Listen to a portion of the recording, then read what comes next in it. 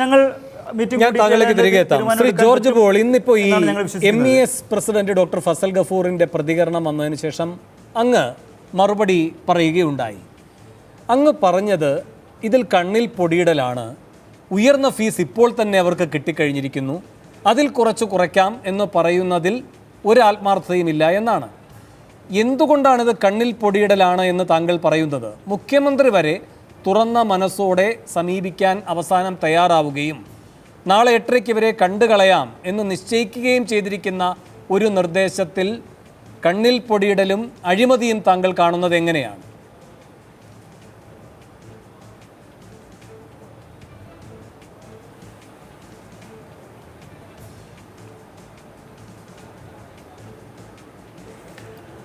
അതല്ല, ഒരു fees fix ചെയ്തതിന് ശേഷം അതിൽ വോളണ്ടറി ആയിട്ട് അതിന് സ്കോളർഷിപ്പ് കൊടുത്തോളാം എന്ന് പറയുമ്പോൾ തന്നെ വളരെ വ്യക്തമാണല്ലോ കൊടുത്ത ഫീസ് റിയലിസ്റ്റിക് അല്ല, അതിലും കൂടിയ ഒരു ഫീസാണെന്നുള്ളത്.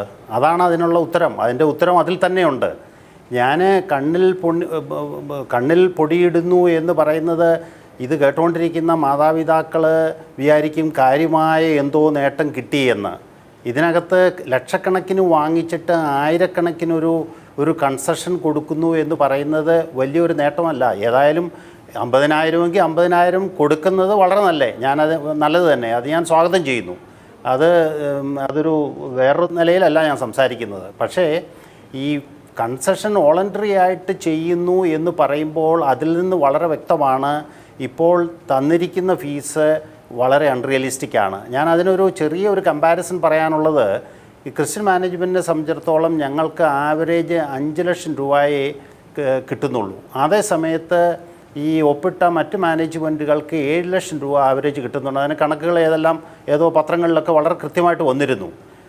ഈ 5 ലക്ഷം ഞങ്ങൾക്ക് കിട്ടുമ്പോൾ തന്നെ ഞങ്ങൾ 10% വിദ്യാർത്ഥികളെ ഫ്രീ ആയിട്ട് പഠിപ്പിക്കുന്നുണ്ട്. 1 രൂപ പോലും അവരുടെ അടുത്ത് വാങ്ങിക്കുന്നില്ല. അത് സ്കോളർഷിപ്പ് വഴിയാണ് കൊടുക്കുന്നതെന്ന് മാത്രം. എല്ലാവരും ഒരേ ഫീസ് പേ ചെയ്യണം. പക്ഷേ 10% വിദ്യാർത്ഥികൾക്ക് പാവപ്പെട്ടവരായിരിക്കണമെന്ന് നിർബന്ധമുണ്ട്. അത് ഗവൺമെൻറ്റിന് തീരുമാനിക്കാം. അത് ഗവൺമെൻറ്റിന് ഞങ്ങൾ ഫീസ് കൊടുക്കുന്നു, എമൗണ്ട് സ്കോളർഷിപ്പ് കൊടുക്കുന്നു. ഗവൺമെൻറ് അത് സ്കോളർഷിപ്പായിട്ട് അവർക്ക് കൊടുക്കുന്നു. കോളേജിൽ ജോയിൻ ചെയ്യുമ്പോൾ എല്ലാവരും ഒരേ ഫീസായിരിക്കും പേ ചെയ്യുന്നത്. ഇതെല്ലാം നമ്മുടെ നിയമ സംവിധാനത്തിൽ രൂപപ്പെട്ടിട്ടുള്ള തത്വം അനുസരിച്ചാണ് ഞങ്ങൾ പ്രവർത്തിക്കുന്നത് വർഷങ്ങളായിട്ട്. അതിപ്പോഴും തുടർന്നുകൊണ്ട് പോകുന്നു. ഈ വിഷയത്തിൽ ഇതിൽ കവിഞ്ഞിട്ട് എനിക്കൊരു അഭിപ്രായം പറയാനില്ല.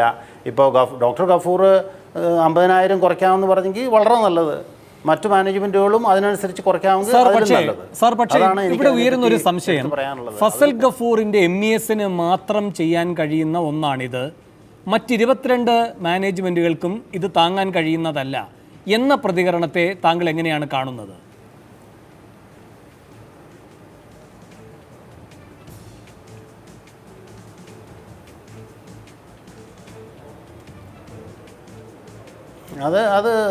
അതിനോട് ഞാൻ യോജിക്കുന്നില്ല. ഇപ്പോൾ നമുക്ക് ഒരു പുതിയ കോളേജും പഴയ കോളേജും തമ്മിൽ കോസ്റ്റിൽ വ്യത്യാസം വരും നാച്ചുറലായിട്ടും. അതിനകത്ത് വരാവുന്ന ഒരു മാറ്റം, ഇപ്പോൾ ഞങ്ങൾ 440 ചാർജ് ചെയ്യുന്നുണ്ടെങ്കിൽ അത് വേണമെങ്കിൽ 540 വരെ, 1 ലക്ഷം രൂപ വരെ കൂടുതൽ വാങ്ങിക്കാം, അല്ലെങ്കിൽ 1.5 വരെ പോകാം. അതിലുമൊക്കെ കൂടിയ എമൗണ്ട് വാങ്ങിച്ചിരിക്കുന്ന സാഹചര്യത്തിൽ തീർച്ചയായിട്ടും അത് ഒട്ടും കുറയ്ക്കാൻ സാധ്യമല്ല എന്ന് പറയുന്ന ആർഗ്യുമെൻറ്റിനോട് എനിക്ക് യോജിക്കാൻ നിവൃത്തിയില്ല. ശ്രീ ജോർജ് പോൾ, ഇവരുടെ ഒരു വാദഗതി എന്ന് പറയുന്നത് നിങ്ങളെപ്പോലെയല്ല, നിങ്ങൾ ഏകീകൃത ഫീസാണ്, ഞങ്ങൾ അങ്ങനെയല്ലല്ലോ. 20% BPLന് കൊടുക്കുന്നു, 25,000 രൂപ വെച്ച് വിദ്യാർത്ഥികളെ പഠിപ്പിക്കുന്നു, 30% ഈ പറയുന്ന 2.5 ലക്ഷത്തിൽ പഠിപ്പിക്കുന്നു, ബാക്കിയിലാണ് മാനേജ്മെൻറ്റ് ഈ പ്രവേശനവും ഈ NRI കോട്ടയിൽ കുറേ കൂടി അധികം ഫീസും എല്ലാം വാങ്ങുന്നത് എന്ന്. അപ്പോൾ ഈ 50-ലുള്ള നഷ്ടം നികത്തുന്നതിന് വേണ്ടി ആണ് ഈ ബാക്കി 50-ൽ ഇങ്ങനെ ചെയ്യുന്നത്. നിങ്ങളങ്ങനെയല്ല, ഏകീകൃത ഫീസാണ്, അതുകൊണ്ട് നിങ്ങൾക്ക് മൊത്തത്തിൽ ലാഭം എന്നാണ് ഇവരുടെ ഒരു വിമർശനം.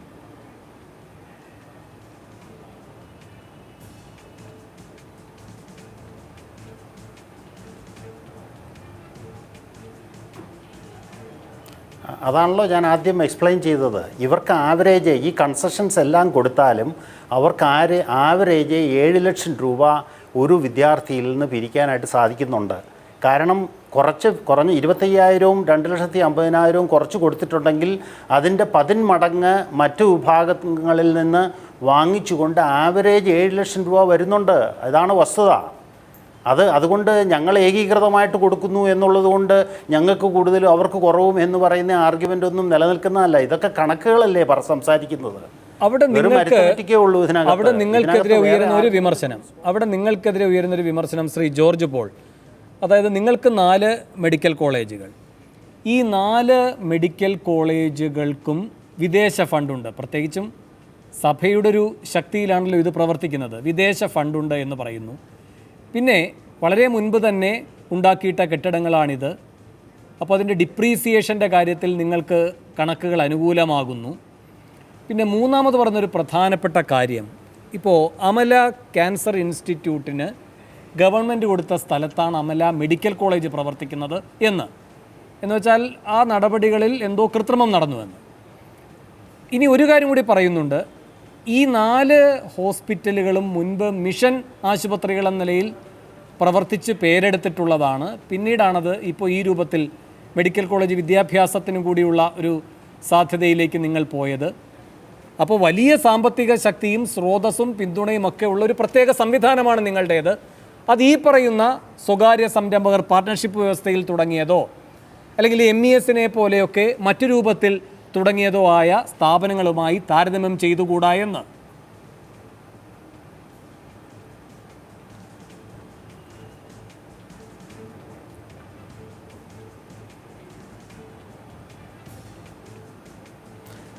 ഈ പറയുന്നതെല്ലാം അവാസ്തവമാണ്.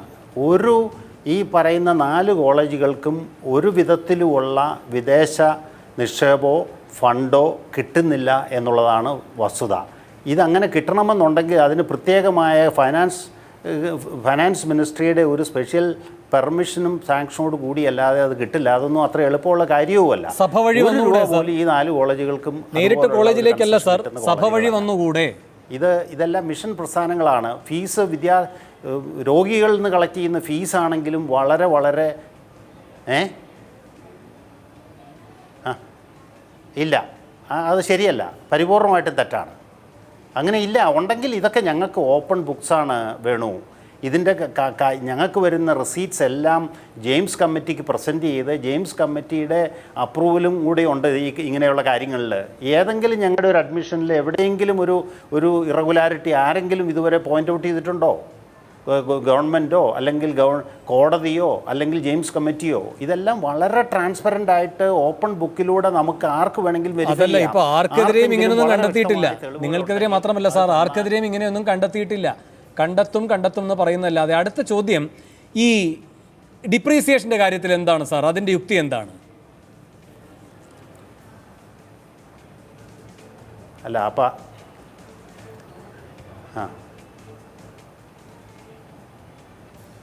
അല്ല ആ ഡിപ്രീസിയേഷൻ്റെ അഡ്വാൻറ്റേജ് ഒരു പരിധിവരെ ഉള്ളത് കൊണ്ടാണല്ലോ ഞങ്ങൾ 440 വെച്ച് മാക്സിമം 5 lakhs ആണ് ഞങ്ങൾക്ക് ചിലവ് വരുന്നത്.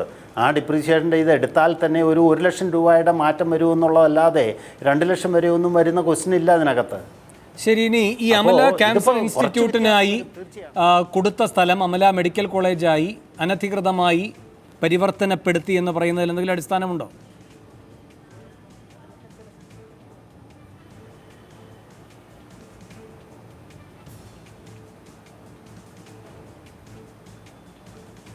അടിസ്ഥാനമുണ്ടെന്ന് എനിക്ക് തോന്നുന്നില്ല. ഞാനത് വെരിഫൈ ചെയ്തിട്ടേ എനിക്ക് കൃത്യമായിട്ട് പറയാനൊക്കെ ഉള്ളൂ. അമല മാനേജ്മെൻറ്റിനെ എനിക്ക് വളരെ വ്യക്തമായിട്ടറിയാം. വളരെ ട്രാൻസ്പെറൻ്റായിട്ട് ചെയ്യാൻ മാത്രം ആണ് അവരുടെ പല ഡിസ്കഷൻസിലും ഞാൻ പ്രത്യേകം ശ്രദ്ധിച്ചിട്ടുണ്ട്. അവിടുത്തെ ഡയറക്ടറുടെ ചില കാര്യങ്ങളിലൊക്കെ വളരെ വ്യക്തതയോടുകൂടിയാണ് അദ്ദേഹം സംസാരിക്കാറ്. ഒരു വിധത്തിലുള്ള ഒരു സപ്രഷനും ഒരു കാര്യങ്ങളിലും അദ്ദേഹം കാണിച്ചിട്ടുമില്ല. അങ്ങനെ ഒരു അനുഭവം എനിക്കില്ല. ഒരു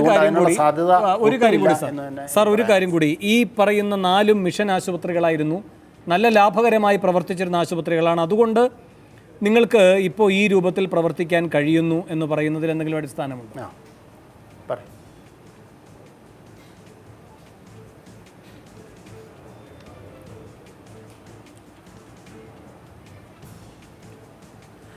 ഈ മിഷൻ പ്രസ്ഥാനമാണെന്ന് പറയുമ്പോൾ തന്നെ അതിനകത്ത് അതിൻ്റെ ഉത്തരവുണ്ട്. കാരണം എന്നാന്ന് വെച്ചാൽ വളരെ മിതമായ ഫീസേ അവിടെ വരുന്ന രോഗികൾക്ക് ചാർജ് ചെയ്യാൻ ഒക്കുകയുള്ളൂ. എന്താണ് മിഷൻ പ്രസ്ഥാനം എന്ന് പറയുന്നത്? ആ കമ്മ്യൂണിറ്റിയെ സെർവ് ചെയ്യുക, പക്ഷേ ചിലവ് വഹിക്കേണ്ടി വരും. അവിടെ ഒരു പ്രോഫിറ്റ് മോട്ടീവ് അല്ല, വളരെ നോമിനലായിട്ടുള്ള എന്തെങ്കിലും സർപ്ലസ് ഉണ്ടാകുന്നു എന്നുള്ളതല്ലാതെ അവിടെ ഒരു ഹ്യൂജ് സർപ്ലസ് വരുന്ന ഒരു ക്വസ്റ്റ്യനേ വരുന്നില്ല. അങ്ങനെ ഒരു ആഗ്രഹം ഞങ്ങളുടെ മനസ്സിലുണ്ടെങ്കിൽ ഞങ്ങൾ എന്തിന് 4,40,000 ചാർജ് ചെയ്തിരിക്കണം?